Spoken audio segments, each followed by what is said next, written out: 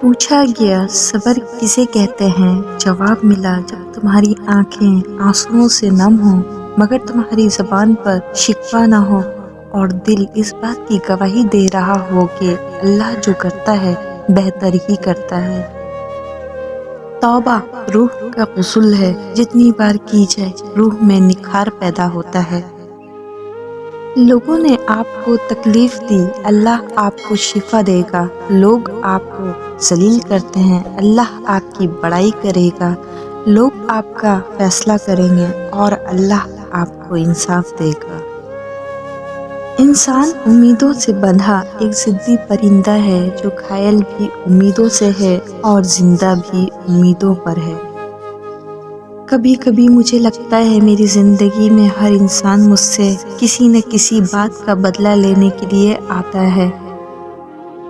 کبھی کبھی انسان اپنی زندگی میں نہ چاہتے ہوئے بھی ایک ایسے مقام پر کھڑا ہوتا ہے جہاں وہ اپنا درد سوائے اللہ کے کسی کو نہیں سنا سکتا، اور جہاں بات سکون کی آتی ہے تو میں اللہ پاک سے بات کر لیتی ہوں۔ یہ جو لڑکیاں ہوتی ہیں نا، اپنے خواب دل کے صندوق میں بند رکھتی ہیں اور جو خواب پورا نہ ہو اس کو آنکھوں کے پانی میں بہا کر مسکرا دیتی ہیں۔ اور جب دل بھاری ہو جائے تو قرآن پاک پڑھ لیا کریں، کیونکہ اس کلام میں جسمانی بیماریوں کے ساتھ ساتھ درد دل کی دوا بھی موجود ہے۔ اور تقدیر اللہ کے ایک اشارے پر بدل جایا کرتی ہے۔ تم یقین تو رکھو وہ بہتر لے کر بہترین دے گا۔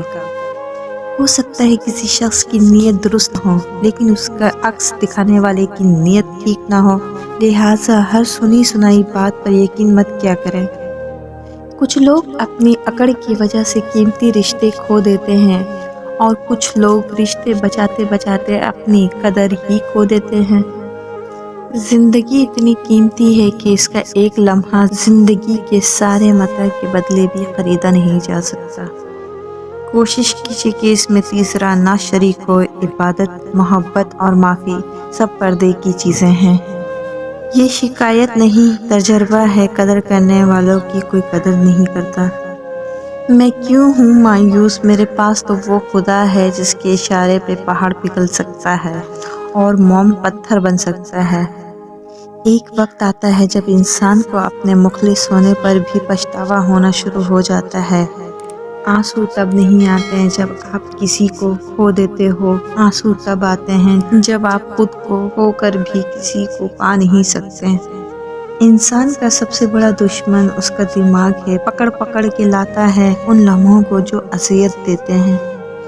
رسول اللہ صلی اللہ علیہ وسلم نے فرمایا، اللہ تعالیٰ گناہ کو گناہ سے نہیں مٹاتا بلکہ وہ گناہ کو اچھائی اور نیکی سے مٹاتا ہے۔ آلودگی سے کبھی آلودگی دور نہیں ہوتی۔ دل سے بات کرنے میں اور دل رکھنے کے لیے بات کرنے میں بہت فرق ہوتا ہے۔